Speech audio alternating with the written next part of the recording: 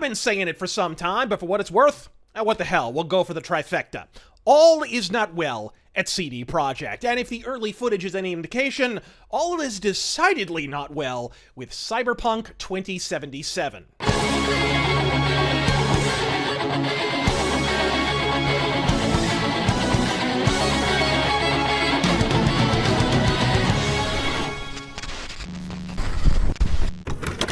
As critical as I am of the coverage of the game, which over an agonizing 8-year development cycle has slowly lapsed from hopeful optimism to let's swallow poison to meet Jesus in the spaceship, glassy-eyed cultist cuntery, believe it or not, up to a rational fucking point anyways, I have been quietly pulling for this game.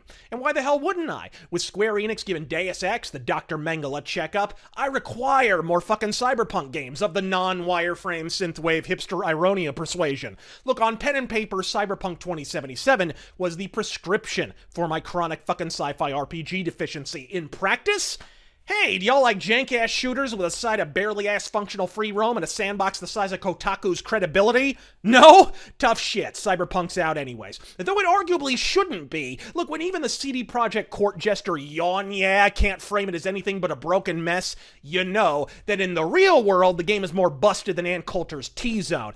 Disappearing weapons, loading glitches, an end boss who occasionally literally just stands there and fucking dies. I'd love to show you all this footage, but as I warned you all a week ago, no one's uploaded it because the contract to partner for this fucking game reads like an Amber Heard prenup. CD Projekt Red wouldn't allow us to use our own recorded gameplay for this review. So unlike a typical IGN review, what you're going to see while I talk about Cyberpunk 2077 isn't entirely representative of what I experienced when I played. Without question, among the most restrictive pre-launch partnership arrangements I have ever beheld in life, and I've been offered a fucking few, yes folks? Even I was offered a Cyberpunk partnership, and I turned it down. Not because I was afraid it'd be bad, although that niggling suspicion has certainly risen from a light whisper to a dull fucking roar in the recent past, but look, because I was aware of all the development issues backstage and CD Projekt's appalling response to them, such as calling their own employees liars, only to ultimately confirm the content of their leaks all of 5 months fucking later. In Shapiro, whatever the final state of the game, I wanted to be able to tell you the truth of it when it actually arrived. And before you invoke the demigods of Day One patchifying as some kind of cure-all for the omnipresent jank, consider that a pre-launch patch emerged just 2 days ago for reviewers, clocking in at nearly 50 fucking gigabytes, and somehow it made Cyberpunk even less stable. Then there's the disquieting implications of the public being obsessed with glitches and other reliability issues altogether. Look, let me put it this way. A few dragon glitches and anti-gravity horses aside, when Skyrim came out, was everyone talking about all the ubiquitous jankcraft? Or were they far too busy having fucking fun? Folks, if people are dozens of hours into an open-world cyberpunk RPG and they're still bitching about the glitches, it's because the rest of the surrounding game has failed to impress enough to fucking overcome them. I'm not nailing CD Projekt to the wall here. I was excited to play it, and I still will this Friday on Razor Fist Arcade.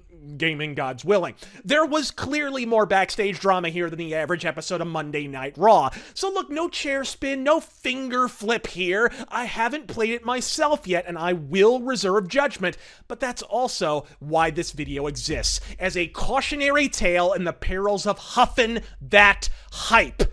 For my money, one of the most abominable cope quotes in all of gamerdom is one I believe is falsely attributed to Shigeru Miyamoto. Quote, "A delayed game is eventually good. A rushed game is bad forever." Unquote. It has that shallow, vacuous quality people seem to dig in their likely fictitious witticisms. Problem being, gaming don't work that way. If games were one delay away from perfection, what the fiddler's fuck happened to Duke Nukem Forever and Aliens Colonial Marines? Gaming development is 90 pounds of shit in a 10-pound bag. You theorize, you add elements, then you make a build, you add each fucking feature, and you pray to Moses' ghost it comes the fuck together. Development is the perpetual search for the fucking fun. That unique, indescribable conglomeration of disparate elements that somehow manages to cohere into an entertaining, repeatable pattern that ascends to something great. If you find it, you're fucking set. If you don't, You can delay for a decade, it'll still be Daikatana. Some masterpieces come together at the 11th hour, like Thief the Dark Project, which wasn't even an outright stealth game till 2 months before fucking release. Then they found the fun, and it was a masterpiece. Others have a clear vision, find the fun immediately, and carry it through to completion, such as the immortal Mario 64. I won't know until I play this game if the developers of Cyberpunk ever located the actual fucking fun, but does the fact that we're all talking about glitches instead bode well for its chances? Alpha Protocol was a buggy, broken fucking mess at launch, yet all I could think about for the first 8 hours of gameplay was how outright awesome the role-playing was. So as Cyberpunk finally being here, let us hope it's with the fun in fucking tow. Development dogfuck notwithstanding. Look at the Glassdoor employee reviews from a few years ago. You remember the ones Yong-Yam made a big monotone deal about? Right up until CD Projekt parked a supertanker of partnership payola up its dumper, and he dropped the subject entirely thereafter. The development of Cyberpunk 2077 went about as smoothly as Morgan Freeman's cheeks. And frankly, I sympathize. Look, this is a Polish studio. Imagine the fortune they spend on fucking light bulbs. I'm Razor Fist. God, fucking speed.